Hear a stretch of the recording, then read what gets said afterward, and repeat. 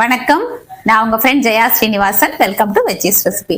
இன்னைக்கு நம்ம veggies recipe கிச்சன்ல கல்யாண ரசம் பண்ண போறோம். என்ன ஸ்பெஷல் கல்யாண ரசம் அப்படின்னு பாத்தீங்கன்னா, கல்யாணத்துல வந்து ஒரு பெரிய கிரௌடுக்கு அவங்க சமைக்கிறாங்க இல்லையா, அத்தனை பேரோட டேஸ்ட்டுக்கும் வந்து அது மேட்ச் ஆகணும். இந்த ரசத்தை பார்த்தாலே வந்து சாப்பிடணும் அப்படின்னு நமக்கு தோணணும். அந்த வாசனை, அந்த ஃப்ரெஷ்னஸ், அந்த ஸ்பைசஸ் யூஸ் பண்றாங்க பாத்தீங்களா, அதோட ஃப்ரெஷ்னஸ் வந்து நமக்கு சாப்பிடணும் அப்படிங்கிற ஒரு ஆசையை வந்து கிரியேட் பண்ணணும். இந்த கல்யாண ரசம் எப்பயும் அவங்க பண்ற அதே இன்கிரீடியன்ஸ் யூஸ் பண்ணா கூட அதிகமான பேர் வந்து சாப்பிட முடியும். அதாவது நிறைய காணும், அந்த மாதிரி ஒரு மெத்தட் அவங்க யூஸ் பண்றாங்க. நம்ம இன்னைக்கு நம்ம வெஜ்ஜீஸ் ரெசிபி கிச்சன்ல அதே மெத்தட்ல, அதே மாதிரி கண்ணுக்கு வந்து பார்க்கறதுக்கு அழகா இருக்கிற மாதிரியும், நல்லா ஃபிளேவர்ஸ் வாசனையா இருக்கிற மாதிரியும், நிறைய வந்து நல்லா காண்ற மாதிரியும் ஒரு ரசம் நம்ம இன்னைக்கு பண்ணலாம். அதே மெத்தடா யூஸ் பண்ணி நம்ம வீட்டுக்கு தகுந்த மாதிரி கம்மி குவான்டிட்டி எப்படி பண்றது இன்னைக்கு பார்க்கலாம். ஃபர்ஸ்ட் டைம் சேனல்ல பாக்குறீங்கன்னா ப்ளீஸ் சப்ஸ்கிரைப் பண்ணுங்க. பெல் ஐகானை கிளிக் பண்ணி ஆல் ஆப்ஷன் கொடுத்துட்டீங்கன்னா நான் போடக்கூடிய எல்லா வீடியோஸும் குவிக்கா வந்து உங்களுக்கு ரீச் ஆகும். வாங்க இந்த கல்யாண ரசம் ஈஸியா எப்படி பண்றதுன்னு பார்க்கலாம். இந்த கல்யாண ரசம் பண்றதுக்கு 1 டேபிள் ஸ்பூன் துவரம் பருப்பை அரை மணி நேரம் ஊற வச்சு, மஞ்சத்தூள், கொஞ்சம் எண்ணெய் ஆட் பண்ணி நல்லா சாஃப்டா வேக வச்சு வச்சுக்கணும். அடுத்தது ஒரு நெல்லிக்காய் அளவு புளியை மாதிரி ஊற வச்சு வச்சுக்கணும்.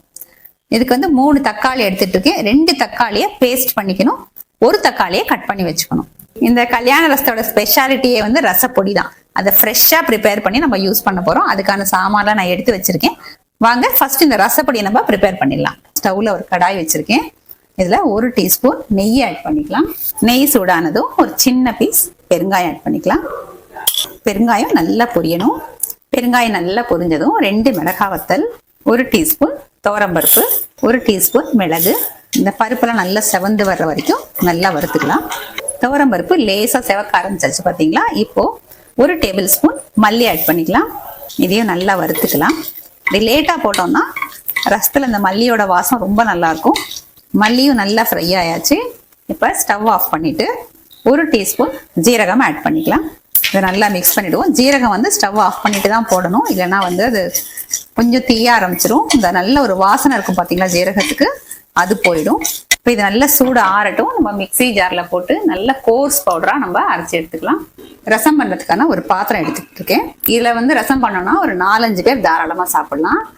நம்ம வந்து சின்ன நெல்லிக்காய் அளவு புளி ஊற வச்சிருந்தோம் இல்லையா, அதுல வந்து 1 டம்ளர் தண்ணி ஊற்றி புளி தண்ணியை கரைச்சி எடுத்துட்டு இருக்கேன். அது இந்த பாத்திரத்துல நம்ம ஆட் பண்ணிக்கலாம். நம்ம 3 தக்காளி எடுத்து வச்சோம் இல்லையா, அதுல 1 தக்காளி அந்த மாதிரி பொடியா கட் பண்ணிருக்கேன். அது இந்த புளி தண்ணியோட சேர்த்துருவோம். 2 தக்காளியை இந்த மாதிரி நல்லா பியூரி பண்ணி வச்சிருக்கேன். இதையும் இதில் ஆட் பண்ணிக்கலாம். 1/4 டீஸ்பூன் மஞ்சத்தூள் ஆட் பண்ணிக்கலாம். ரசத்துக்கு தேவையான அளவு உப்பு, 1/4 டீஸ்பூன் பெருங்காயத்தூள், கொஞ்சம் கருவேப்பிலை, எல்லாத்தையும் நல்லா மிக்ஸ் பண்ணிட்டு ஸ்டவ் ஆன் பண்ணிடலாம். இது நல்லா கொதிக்கட்டும். புளி தண்ணியோட பச்சை வாசனையும் போகணும். தக்காளி ஆட் பண்ணியிருக்கோம், இதோட பச்சை வாசனையும் போகணும். ரசம் பாருங்க கொதிக்க ஆரம்பிச்சாச்சு. நடுவில் அப்படி கலந்து விடுங்க. ரசம் நல்லா கொதிச்சாச்சு. புளி தண்ணி, தக்காளியோட பச்சை வாசனை நல்லா போயாச்சு. இப்போ நம்ம 1 டேபிள் ஸ்பூன் துவரம் பருப்பு வேக வச்சு வச்சிருந்தோம் இல்லையா, அதை இதில் ஆட் பண்ணிக்கலாம். ஒரு 2 கப்பு தண்ணி கூட ஆட் பண்ணிக்கலாம். ரசம் அப்படின்னாலே கொஞ்சம் தண்ணியாக இருந்தால் தான் நல்லா இருக்கும். இதில் 2 கப்பு தண்ணி ஆட் பண்ணிட்டோம். நம்ம ஃப்ரெஷ்ஷாக வறுத்து அரைச்சிருக்கோம் இல்லையா ரசப்பொடி, அதை வந்து இப்போ ஆட் பண்ணிக்கலாம். ரசப்பொடி போட்டதும் நல்லா மிக்ஸ் பண்ணி விட்டுக்கணும். பருப்பு தண்ணியும் இந்த ரசப்பொடியும் போட்டதுக்கப்புறம் ரசம் வந்து கொதிக்கக்கூடாது. மேலே நல்லா நுரைச்சி வரும் இல்லையா, அப்போ வந்து ஸ்டவ் ஆஃப் பண்ணிக்கணும். ரசம் கொதிச்சுது அப்படின்னா அந்த ஃப்ளேவர்ஸ் வந்து, அந்த ஃப்ரெஷ்ஷான ஃப்ளேவர்ஸ் நம்ம பொடியில் அரைச்சி போட்டிருக்கோம் பார்த்தீங்களா, அந்த ஃப்ளேவர்ஸ் வந்து கம்மியாயிடும். இந்த ஸ்டேஜில் உப்பு கரெக்டாக இருக்கா நீங்கள் செக் பண்ணி பார்த்துக்கலாம், வேணால் நம்ம ஆட் பண்ணிக்கலாம். இப்போ இதுக்கு நான் ஆட் பண்ணியிருக்கிற உப்பு கரெக்டாக இருக்குது. இதுக்கு நல்லா நுரைச்சி வரட்டும், பார்க்கலாம். ரசம் பாருங்கள் நல்லா நுரைச்சி வந்தாச்சு. இப்போ ஸ்டவ் ஆஃப் பண்ணிவிட்டு பச்சை கொத்தமல்லி இருக்கு இல்லையா, அது வந்து நம்ம கத்திரிக்கோலால கட் பண்ணாமல் அப்படி கையால் அப்படி பிச்சு போட்டோம் அப்படின்னா நல்லா வாசனையாக இருக்கும். உடனே வந்து தட்டை போட்டு மூடிடணும். அப்போ தான் அந்த ஃப்ளேவர்ஸ் வந்து நமக்கு அப்படியே இருக்கும். இப்போ ரசத்துக்கு நம்ம தாளிச்சிடலாம். ஸ்டவ்ல தாளிக்கிற கரண்டி வச்சுருக்கேன். இதில் 1 டீஸ்பூன் நெய் ஆட் பண்ணிக்கலாம். நெய் சூடானதும் 1 டீஸ்பூன் கடுகு ஆட் பண்ணிக்கலாம். கடுகு நல்லா வெடிக்க ஆரம்பிச்சாச்சு. 1/2 டீஸ்பூன் ஜீரகம் ஆட் பண்ணிக்கலாம். 1/4 டீஸ்பூன் பெருங்காயத்தூள், கொஞ்சம் கருவேப்பிலை, எல்லாத்தையும் நல்லா மிக்ஸ் பண்ணிடுவோம். ஸ்டவ் ஆஃப் பண்ணிக்கலாம். நம்ம ப்ரிப்பேர் பண்ணி வச்சிருக்கிற ரசத்தை உடனே ஒரு தட்டை போட்டு மூடி வச்சிடலாம்.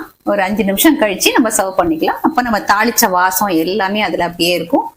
சாப்பிட்றதுக்கு ரொம்ப நல்ல வாசனையா சூப்பரா டேஸ்டா இருக்கும். மணக்க மணக்க கல்யாண ரசம் சர்விங்க்கு ரெடி. அப்படியே மூடி திறந்ததுமே பாத்தீங்கன்னா வீடே அந்த ரசம் வாசனை அப்படி மணக்குது. கல்யாண வீட்டுல பாத்தீங்க அப்படின்னா எல்லாருமே கொஞ்சோண்டு ரசம் குடிக்க கொடுங்க அப்படின்னு கேட்பாங்க. அதே மாதிரிதான் நான் இன்னைக்கு குடிச்சு பார்த்துட்டு உங்களுக்கு டேஸ்ட் எப்படி இருக்குன்னு நான் சொல்றேன். ரசம் வந்து நல்லா கொதிக்குதுங்க. ஆக்சுவலா கல்யாண வீட்டுல வந்து ரசம் அவ்வளோ நல்லா வாசனையா இருக்கிறதுக்கான காரணம், நம்ம இன்னைக்கு வந்து ரசப்பொடி இன்ஸ்டன்டா வறுத்து பவுடர் பண்ணி போட்டோம். அது எப்போ போட்டோம்? கடைசியா போட்டோம். அதுக்கப்புறம் அதை கொதிக்க கூட விடலை இல்லையா? அதனாலதான் அந்த ஒரு ஃபிளேவர் நல்லா வருது. அடுத்தது அந்த கலர், பிரைட்டான ஒரு கலர் இருக்கு பாத்தீங்களா? நம்ம தக்காளி அரைச்சி போட்டோம் இல்லையா? அதுதான் ரீசன் நல்ல ஒரு பிரைட்டான கலர் வர்றதுக்கு. அடுத்தது குவான்டிட்டி அதிகமாகறதுக்கும் அதே தான் காரணம். தக்காளி அரைச்சி போறதுனால உங்களுக்கு குவான்டிட்டி அதிகமாயிடுது. அது மட்டும் இல்ல, அந்த தக்காளியில புளிப்பு டேஸ்டும் இருக்கும், கொஞ்சம் இனிப்பு டேஸ்டும் இருக்கும் இல்லையா? அப்ப ரெண்டு சேரும்போது கல்யாண ரசத்துக்கு ஒரு நல்ல எக்ஸ்ட்ரா ஒரு டேஸ்டும் நமக்கு கிடைக்குது. இப்ப இதை கொஞ்சம் சூடு ஆறிடுச்சு. நான் டேஸ்ட் பண்ணி பார்த்துட்டு எப்படி இருக்குன்னு சொல்றேன். அட்டகாசமா இருக்குங்க, செம்மையா இருக்கு.